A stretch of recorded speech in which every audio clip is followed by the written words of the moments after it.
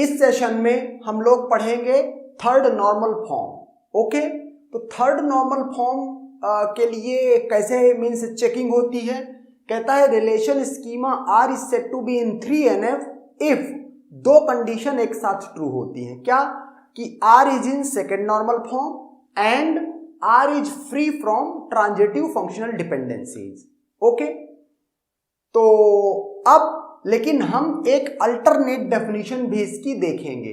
वो क्यों देखेंगे? क्योंकि कॉम्पिटिटिव एग्जाम्स में एक क्वेश्चन आता है कि सपोज करो इस तरह का कोई एक स्कीमा गिवन है, उस पर कुछ फंक्शनल डिपेंडेंसीज होल्ड कर रही हैं और पूछेगा कि ये किस हाईएस्ट नॉर्मल फॉर्म में है। ओके, तो अब अगर इस तरह का क्वेश्चन है, आप इससे सॉल्व करते हैं तो ये टाइम टेकिंग है प्रोसेस। ओके, और इसीलिए हम इस क्वेश्चन के लिए हाईएस्ट नॉर्मल फॉर्म जानने के लिए और अगर हम 3NF चेक कर रहे हैं तो हम ये अल्टरनेट डेफिनेशन यूज करेंगे। अल्टरनेट डेफिनेशन क्या है? बहुत ही सिंपल है। क्या कि schema R is said to be in 3NF for each non trivial FD if for each non trivial FD alpha to A क्या है? एक सिंगल एट्रीब्यूट है। ओके, कहता है कि अगर ए नॉन प्राइम एट्रीब्यूट है तो alpha must be a super की। अगर ऐसा सेटिस्फाई हो रहा है तो स्कीमा 3NF में है, और अगर ऐसा सेटिस्फाई नहीं हो रहा है देन स्कीमा 3NF में नहीं है। याद रहे यहाँ ए सिंगल एट्रीब्यूट है और अगर ए नॉन प्राइम है तो फिर अल्फा को सुपर की होना है। अगर ए प्राइम है तो फिर मीन्स जस्ट डोंट केयर, आपको कोई मीन्स कुछ देखने की नीड ही नहीं। ओके, तो अब सपोज करो कि मेरा ये क्वेश्चन गिवन है। ओके, अगर मैं ये चेक करूं इसमें क्या है, given schema R and set of functional dependencies which are holding on it, तो ये गिवन है। कहता is schema are in 3NF, क्या ये स्कीमा 3NF में है?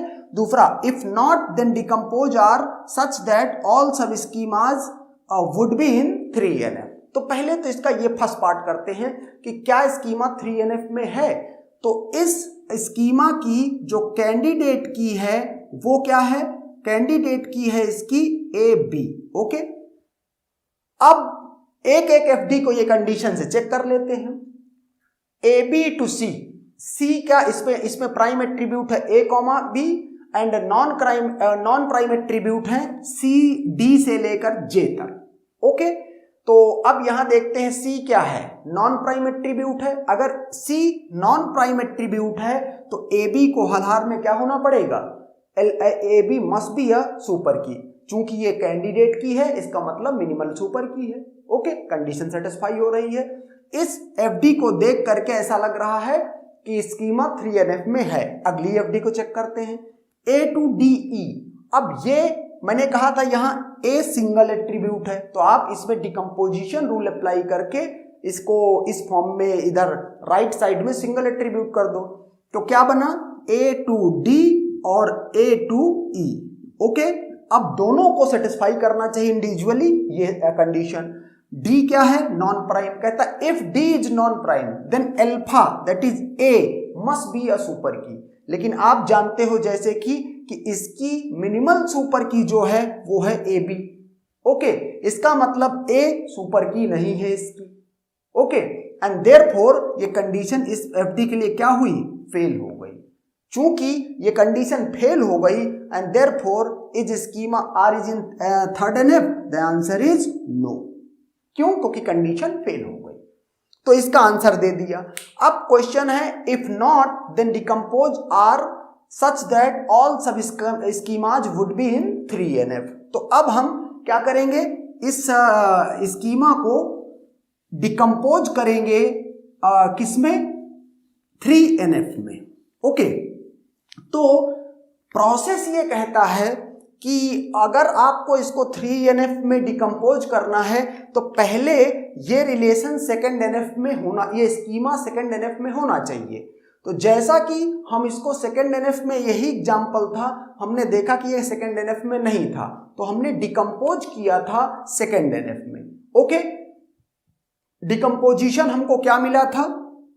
एक डिकम्पोजिशन तो ये था R1 ABC, ओके, जिसमें AB क्या थी, कैंडिडेट की थी। इसमें जो फंक्शनल डिपेंडेंसीज मिली थी वो AB to C थी, ओके। दूसरा डिकम्पोजिशन हुआ था किसमें, A, D, E, I और J में, ओके। ये कॉमा यहां पर अप्लाई किया जा सकता है, ओके। जो फंक्शनल डिपेंडेंसीज इसमें थी वो थी एक तो A to DE और दूसरी थी D to IJ, ओके। और एक सब स्कीमा और हुआ था, वो क्या था, R3, और उसमें क्या था, B, F, G और H, जिसमें कैंडिडेट की क्या थी, B, और इसमें क्या थी, A, ओके। और यहां पर इस पे जो फंक्शनल डिपेंडेंसी जिसमें आई थी वो थी B to F and F to G H, okay. साथ में ये भी था कि इस स्कीमा में 2 फॉरेन की थी, ओके, 2 फॉरेन की थी। तो फॉरेन की और इसमें क्या था, जब हमने फॉरेन की A को बनाया था तो रेफर R2 को किया था, रेफरेंसेस R2, ओके। R2 की जो कैंडिडेट की है और जो प्राइमरी की है उसको रेफर करेगा। दूसरा इस रिलेशन में एक और था B और रेफरेंसेस R1 और जो इसकी प्राइमरी की थी उसको रेफर किया था। ये सिनेरियो था, ओके। तो अब अगर इसको कह रहा है कि 3NF में डिकम्पोज करो तो पहले आपको सेकेंड NF में लाना पड़ेगा। अब ये तीनों रिलेशन इंडिविजुअली सेकेंड NF में है क्योंकि किसी भी रिलेशन में पार्शियल FD नहीं है, ओके। तो अब हम इसको डिकम्पोज करेंगे। जैसे इसको देखो, R1 को, क्या R1 की कैंडिडेट की क्या है, AB, और एक ही FD होल्ड कर रही है, ओके। कंडीशन चेक करेंगे, क्या 3NF में है, if there is a non prime attribute, okay. तो C क्या है, नॉन प्राइम है, चूंकि AB कैंडिडेट की है। तो इसको नॉन प्राइम को एक क्या मीन्स नॉन प्राइम एट्रीब्यूट को क्या मीन्स डिटरमाइन, कौन डिटरमाइन करे, एक सुपर की, AB इज द सुपर की, and therefore relation R1 is in third normal form. ये रिलेशन थर्ड नॉर्मल फॉर्म में है, ओके। अब हम चेक करेंगे कि R2 थर्ड नॉर्मल फॉर्म में है या नहीं है, ओके। तो इसकी कैंडिडेट की क्या है, A है। अब अगर इसको आप देखो तो A to D और A to E लिखा जा सकता है। तो अगर A to D मैं कंसीडर करूं, okay, A to D consider करूं या A to E कंसीडर करूं, तो आप देख क्या रहे हो कि D क्या है, नॉन प्राइम, तो alpha must be a super key, लेकिन alpha must be a super की। तो देखो D नॉन प्राइम एट्रीब्यूट है, alpha must be a super की, तो ये FD कंडीशन होल्ड कर रही है 3NF की। E भी एक नॉन प्राइम एट्रीब्यूट है, alpha must be a super key, ये भी कंडीशन होल्ड हो रही है, no issue, okay. D to IJ लिखो, तो इसको D to I करोगे आप, ओके, और D to I करोगे और D to J करोगे, ओके। अब D to I में चेक करते हैं कि क्या कंडीशन होल्ड हो रही है। तो I क्या है, I एक नॉन प्राइम एट्रीब्यूट है, ओके, और I एक नॉन प्राइम एट्रीब्यूट है, जबकि D क्या है, कहता if there is a means I is a non prime attribute then this D must be a super key. लेकिन आप जानते हो कि इस स्कीमा की जो कैंडिडेट की है वो A है। अगर A में कोई एट्रीब्यूट और ऐड हो जाए, ओके, तो वो सुपर की बन जाएगी क्योंकि A alone is minimal super key. लेकिन D इसमें जो है वो D किसी तरह की सुपर की नहीं है, तो इसके लिए कंडीशन फेल हो जाएगी और साथ में इसके लिए भी कंडीशन फेल हो जाएगी। दूसरा, आपको यहां पर ट्रांजिटिव FD भी दिख रही है क्या, जैसे मैं A to D को पिक करूं, A to D एंड यहां पर क्या है D to I, सपोज करो D to I को ही सिर्फ पिक कर लेता हूं। तो I क्या है, एक नॉन प्राइम एट्रीब्यूट है, एक नॉन प्राइम एट्रीब्यूट को एक नॉन प्राइम एट्रीब्यूट डिटरमाइन कर रहा है थ्रू अ कैंडिडेट की। ये क्या है, ये एक कैंडिडेट की है। जब भी ये सिनेरियो होता है तो आप बोलते हैं कि ये ट्रांजिटिव FD है, ओके। और इसी ट्रांजिटिव FD की वजह से R2 थर्ड नॉर्मल फॉर्म में नहीं है, ओके। तो अब इसको हम थर्ड नॉर्मल फॉर्म में कन्वर्ट करेंगे। तो थर्ड नॉर्मल फॉर्म में आप देख रहे हैं कि हमको क्या रिमूव कर देना है।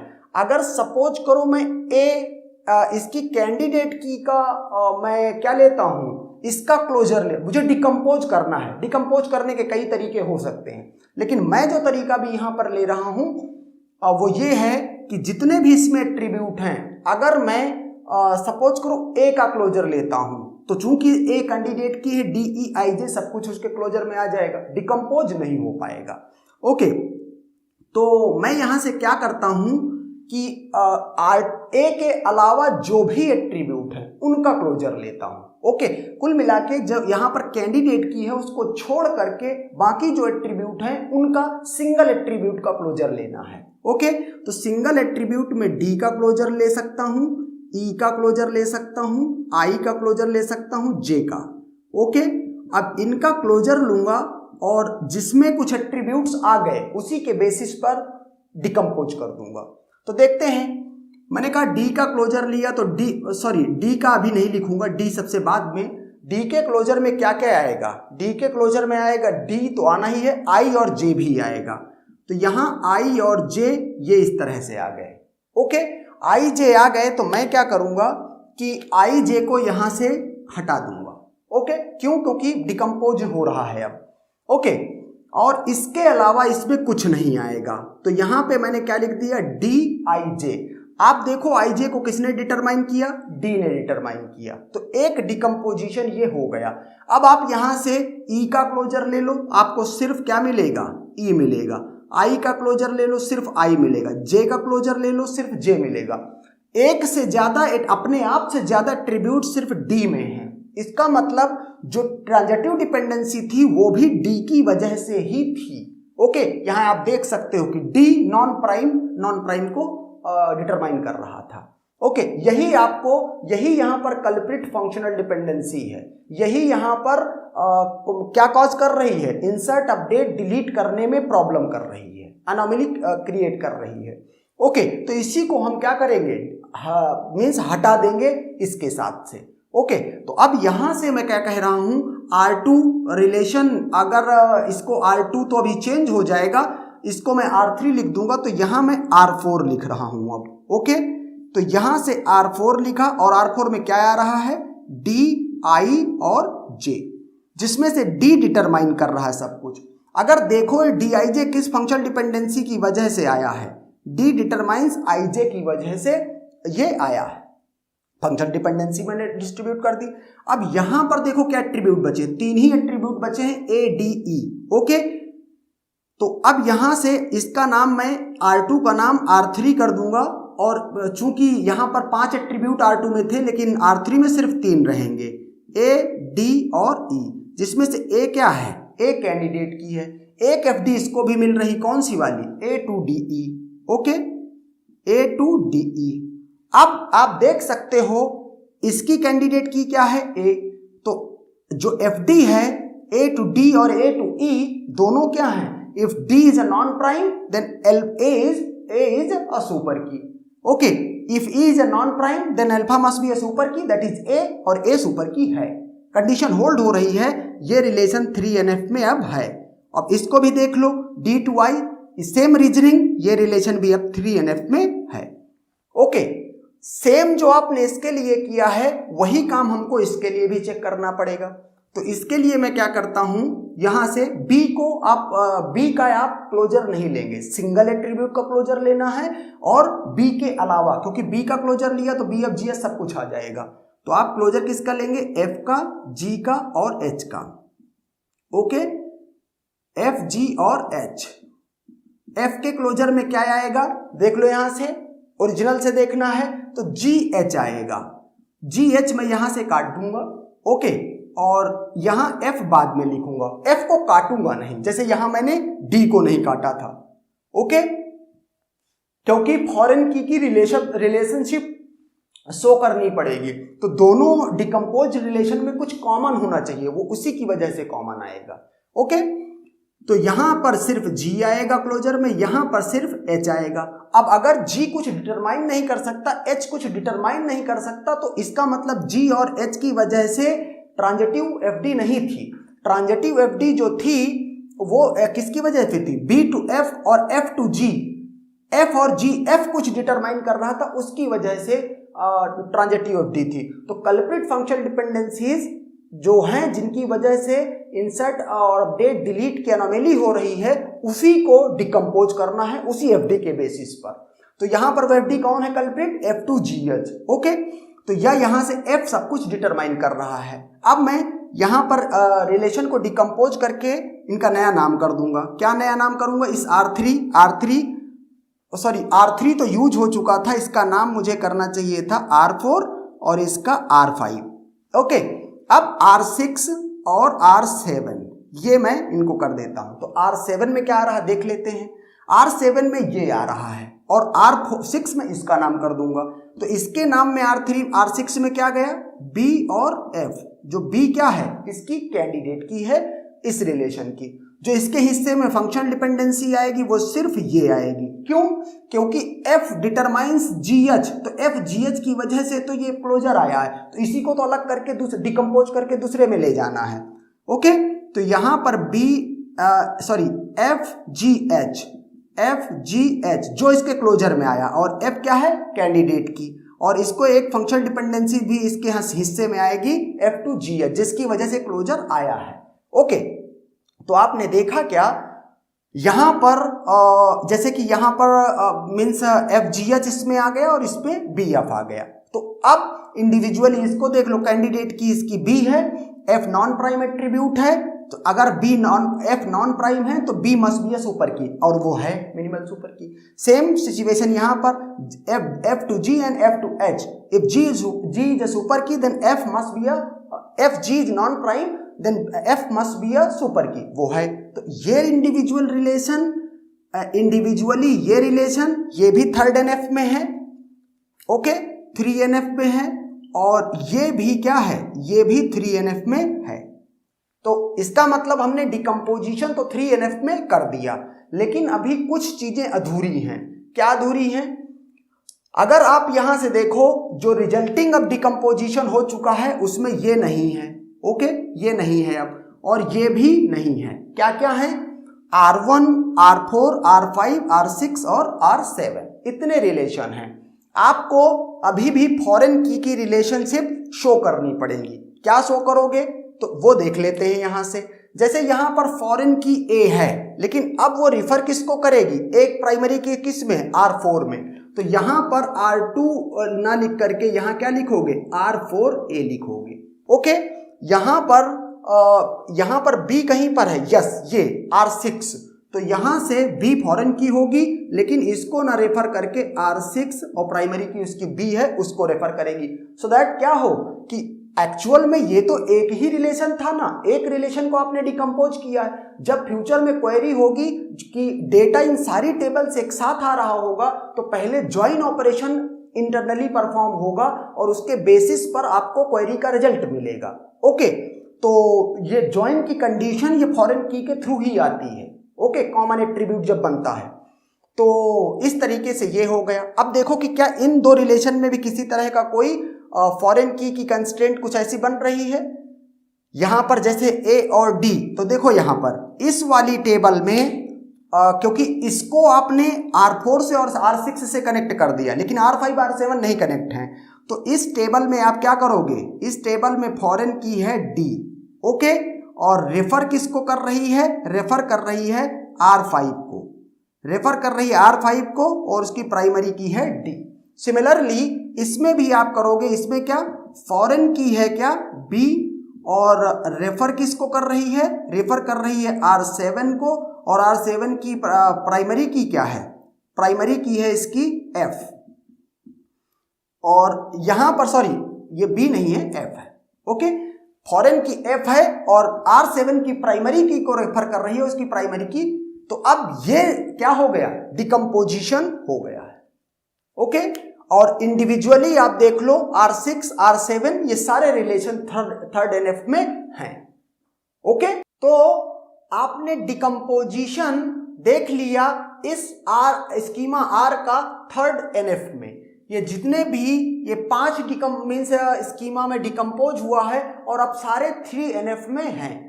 नेक्स्ट क्वेश्चन है कि क्या ये जो डिकम्पोजिशन हुआ है ये लॉसलेस है, एंड सेकेंड क्वेश्चन जो ये डिकम्पोजिशन है क्या ये डिपेंडेंसी प्रिजर्विंग डिकम्पोजिशन है? ओके, तो पहले लॉसलेस मेथड 3 यूज करेंगे, मैट्रिक्स मेथड। ओके, ये मैंने क्या किया है, मैट्रिक्स की इनिशियलाइजेशन मैंने कर दिया है। Okay, based on this decompositions. Okay, अब क्या करेंगे, आइटरेशन बाय आइटरेशन अप्लाई करेंगे और इन एफडीज को चेक करेंगे। ओके, तो पहली एफडी पिक की और ये चेक किया कि अगर दो रो में ए बी की वैल्यू सेम है, ओके, ए बी कॉलम में दो रो की वैल्यू सेम है, तो सी में इन्फोर्स करेंगे कि उसकी वैल्यू सेम हो जाए। ओके, ए बी में मैंने चेक किया कहीं पर भी दो ए बी की एक रो की वैल्यू ए बी में सेम नहीं है, and therefore leave it, go for next FD A to D E.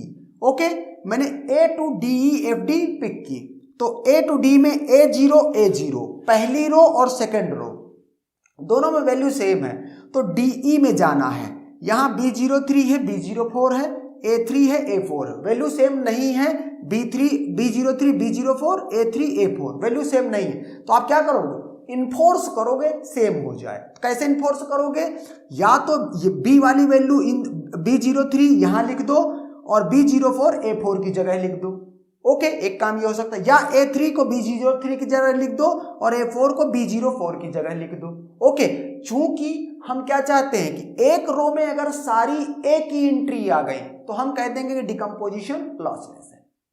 Okay, and therefore मैं क्या करूंगा, ए की एंट्री यहां रिप्लेस कराऊंगा, A4 A3 को इसकी A3 में, A4 को यहां A4 में। Okay, now check B to F।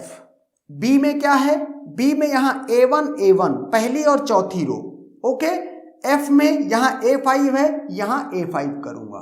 Okay, now F2GH, F में देखो A5 और A5 तीन जगह पर वैल्यू सेम है। एक रो ऐसी मिल जाती है कि जहां पर वैल्यू सेम है तो अपना काम हो गया। ओके, सिर्फ एक को ही अपडेट करेंगे, A5 अब यहां पर देख लो, यहां F2GH A5 और यहां पर भी क्या है, A5 है। तो अब देखते हैं कि इसको कैसे मीन्स अपडेट किया जाएगा। F2GH है, तो यहां देखो मैं इसको अपडेट करूंगा, इन दो को, इस पेयर को पकड़ूंगा। वैसे आप इसको भी पकड़ सकते हैं, लेकिन मैं इसको कंसीडर करूंगा। तो यहां A6 करूंगा और यहां A7 करूंगा और इसका काम हो गया। और एक पेयर से ज्यादा आप चेक नहीं कर सकते, मतलब अपडेट नहीं कर सकते हैं। नाउ D2IJ, डी में क्या है, डी में भी A3 ओके, कोई एक पेयर ऑफ मीन्स रो आप ले लो। सपोज करो मैंने सेकंड और थर्ड ले लिया, A3 इस यहाँ A8 है, यहाँ A9 है, तो यहाँ A8 कर दूंगा और यहाँ A9 कर दूंगा। D2IJ भी मैंने कर लिया, इसका मतलब पहला आइट्रेशन कंप्लीट हो गया। सेकंड आइट्रेशन तब तक अपडेट करेंगे जब तक इसमें या तो कोई रो पूरी उसमें एक एंट्री ना आ जाए और या तो इसमें अपडेट होना बंद हो जाए। मतलब हम आइट्रेशन अप्लाई कर रहे हैं लेकिन इसमें कोई अपडेट नहीं हो रहा मैट्रिक्स में। ओके, अपडेट बंद कर देंगे और डिक्लेयर, अगर ए हो गई तो बोल देंगे लॉसलेस, अगर ए सारी रो, एक रो में किसी एक भी रो में सारी एंट्री ए की नहीं है तो बोल देंगे कि lossy decomposition. Now the second iteration AB to C, AB की वैल्यू कहीं पर भी सेम नहीं है and therefore will go for the next FD A to D A1 D में A3 A4 और यहां पर था sorry A0 means A to D था A0 तो यहां A3 A4 ऑलरेडी कर दिया था, अब अपडेट पॉसिबल नहीं है। Now B to F, B में क्या है, B ये है A1 और उसके रिस्पेक्टिव A5 यहां पे अपडेट पॉसिबल नहीं है। नाउ F2GH, F में जाएंगे और F में देखेंगे यहां पर F2GH, तो यहां पर A5 तो A6 A7 ये तो हो चुका था। ओके, यहां पर अपडेट पॉसिबल नहीं है, लेकिन ये 5 और ये A5 पिक करो आप, तो देखो क्या हो रहा है, ये यहां पर A6 आ जाएगा और यहां पर A7 आ जाएगा। ओके, अपडेट पॉसिबल था। Now check for next F2GH check होगा। D2IJ, D कहां पर है, ये है, यहां से देखो A3 तो A8 A9 पहली आइट्रेशन में यहाँ अपडेट करके गए थे, तो यहाँ अपडेट पॉसिबल नहीं है। लेकिन ये A3 पिक करो या A3 पिक करो, तो यहाँ पे क्या हो जाएगा A8 और यहाँ A9। ओके, D2IJ भी आपने चेक कर लिया। और देख लो अब A0 A1 A2 A3 A4 A5 A6 A7 A8 A9, मतलब इस रो में सारी एंट्री किसकी हो गई, A की हो गई। Okay, in row one all a's entries, so lossless. Okay, so lossless decomposition. Okay, तो ये डिकम्पोजिशन लॉसलेस है। नाउ हमको चेक करना है कि क्या ये dependency is the decomposition dependency preserving. आप देख लो AB to C यहां है, AB to C यहां है, A to D यहां है, A to D यहां है, B to F यहां है, B to F यहां है, F to GH यहां है, F to GH यहां भी है, D to IJ यहां है, D to IJ यहां है। जो FD यहां है वही एग्जैक्टली FD यहां है। ओके, नंबर भी सेम है दोनों का, and therefore answer is yes, the decomposition is dependency preserving. यहां ये करके आपको चेक करने की नीड नहीं है कि आप क्या बोलो, इस सेट को बोलो F1, इस सेट को बोलो F2, इस सेट को बोलो F3, इसको बोलो F4 और इसको बोलो F5, और इसके बाद इनका यूनियन लो और F डैश बोलो और F डैश का क्लोजर और F का क्लोजर, F डैश का क्लोजर इक्वल टू F का क्लोजर। करने की कोई नीड नहीं है। क्यों? क्योंकि जो एग्जैक्टली FD यहां थी वही यहां है, जो यहां है एग्जैक्टली वही वहां है, ओरिजिनल रिलेशन में, एंड देयरफॉर कोई चेक करने की नीड नहीं है। Decomposition is dependency preserving. Okay, and the last and very important point, third NF is adequate for normal database design. Okay, अगर डेटाबेस की डिजाइन कर रहे हो और पूछता है सवाल कि किस नॉर्मल फॉर्म में स्कीमा को कर दें तो वो सफिशिएंट रहेगा। ओके, एडेक्वेट मीन सफिशिएंट रहेगा, तो कहता थर्ड नॉर्मल फॉर्म में अगर कर देते हैं तो सफिशिएंट रहेगा। मीन्स इंसर्ट अपडेट और इस तरह के अनोमलीज भी काफी मिनिमल हो जाएंगी। ओके, मीन्स सफिशिएंट रहेगा। दूसरा बहुत ही इंपॉर्टेंट पॉइंट है, we can always have a 3NF decomposition which is dependency preserving and lossless. मतलब एक स्कीमा R गिवन है तो कहता है कि क्या उसका कोई भी ऐसा डिकम्पोजिशन पॉसिबल है कि उसको 3NF में डिकम्पोज कर दिया जाए और वो लॉसलेस हो और साथ में डिपेंडेंसी प्रिजर्विंग भी हो। तो वही है इस यहाँ पर कॉन्सेप्ट, कहता कम से कम एक डिकम्पोजिशन ऐसा पॉसिबल है, एक तरीके का डिकम्पोजिशन ऐसा पॉसिबल है कि डिकम्पोजिशन हो जाएगा, वो लॉसलेस भी होगा और डिपेंडेंसी प्रिजर्विंग भी होगा। और ये कहता है not possible for the higher any higher forms. मतलब इसके ऊपर जैसे BCNF है, 4th NF है, 5th NF है, बोले वहां पर इस बात की गारंटी नहीं है कि जो डिकम्पोजिशन, जितने भी पॉसिबल डिकम्पोजिशंस हैं वो लॉसलेस भी होंगे और डिपेंडेंसी प्रिजर्विंग भी होंगे, ऐसा इस बात की गारंटी नहीं। Okay, and that's